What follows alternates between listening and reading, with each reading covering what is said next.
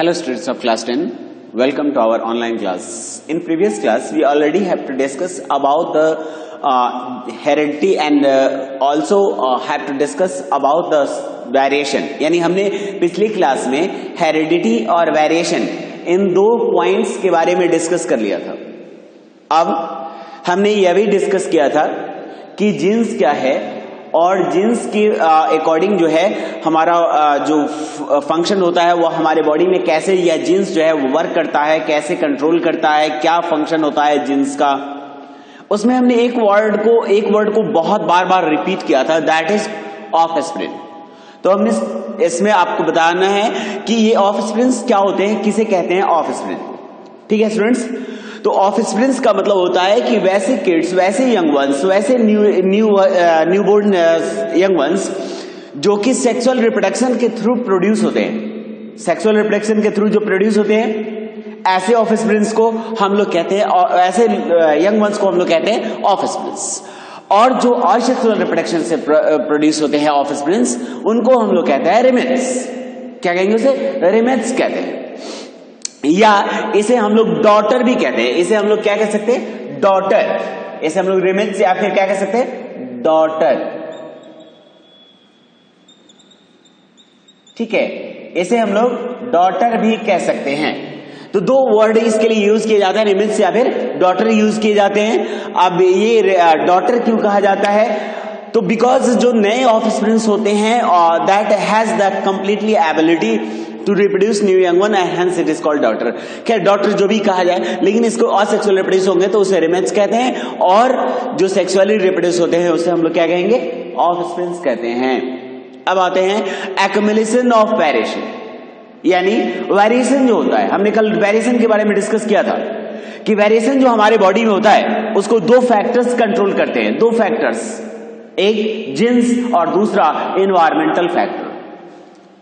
इसके अकॉर्डिंग हमने यह भी देखा था कि जो वेरिएशन होता है वह वेरिएशन कुल मिलाकर तीन टाइप का हो जाएगा.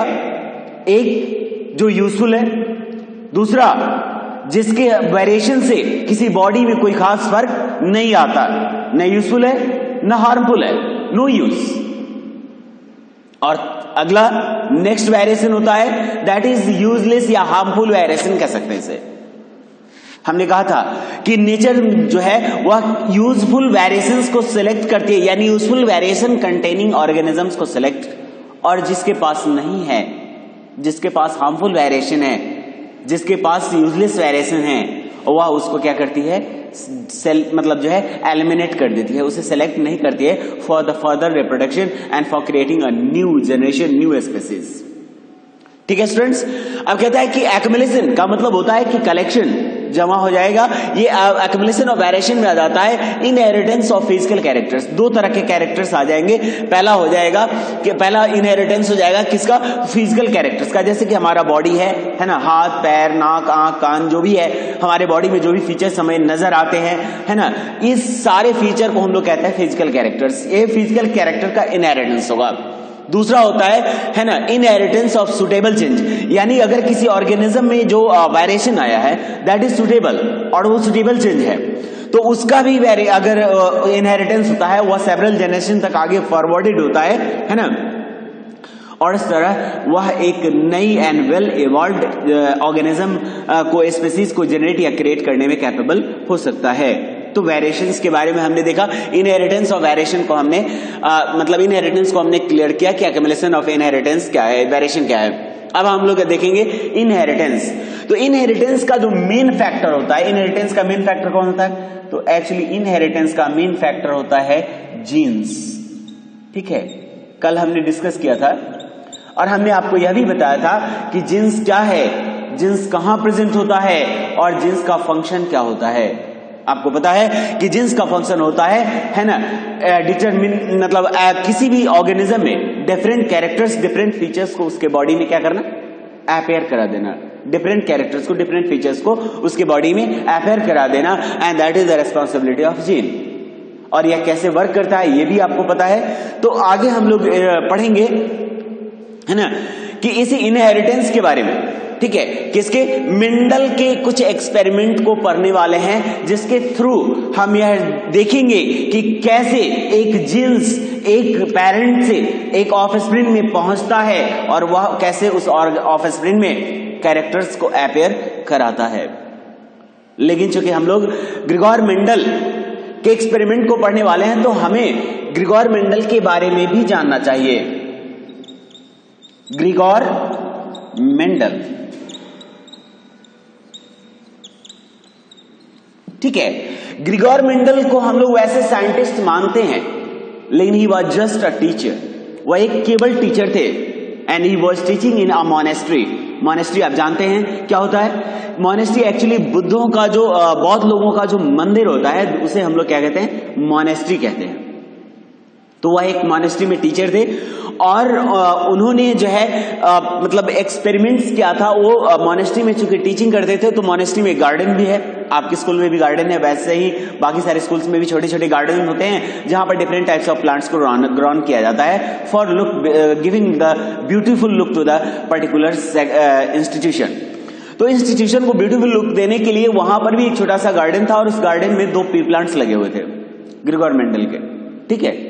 तो ग्रिगोर मेंडल के उस गार्डन में, जो उस मोनेस्ट्री के गार्डन में जो पी प्लांट्स लगे थे, उन्होंने देखा कि there are 2 types of pea plants. वैसे आपको पता होगा कि पी प्लांट का साइंटिफिक नेम होता है पाइसम सैटिवम।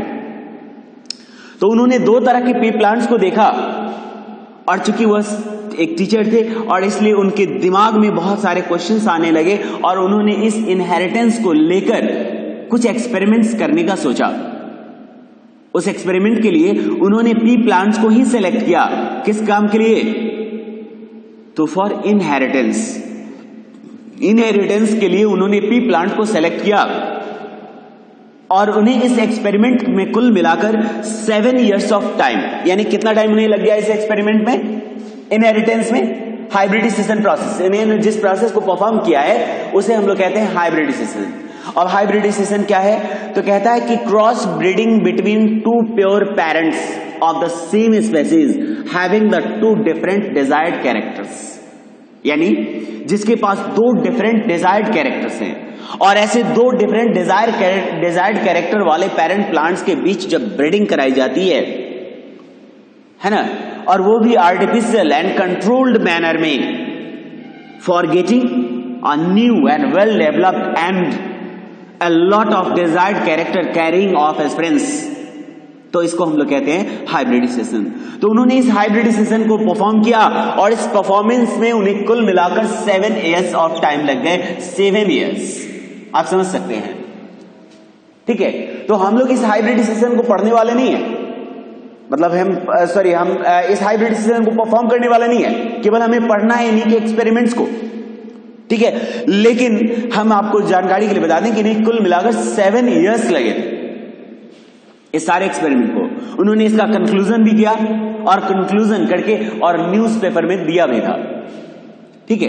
लेकिन ये जब न्यूज़पेपर में जो है छपा, तो बहुत सारे लोगों ने इसका अपोज किया और इसको एक्सेप्ट नहीं भी किया गया। लेकिन बाद के लेटर ऑन जब एक्सपेरिमेंट्स किए गए, तो मेंडल के एक्सपेरिमेंट को एज इट इज सेलेक्ट किया गया, एज इट इज उसे एक्सेप्ट किया गया और इसमें कुछ जो थोड़े बहुत सुधार करने थे, उन सारे जो सुधार थे उसको करके और उसको 1891 में, हाँ 1891 के आसपास में इसे फिर से पब्लिश किया गया। इसे मतलब जो है मतलब एक्सेप्ट कर लिया गया उस एक्सपेरिमेंट को, ठीक है। तो एक हुआ कब?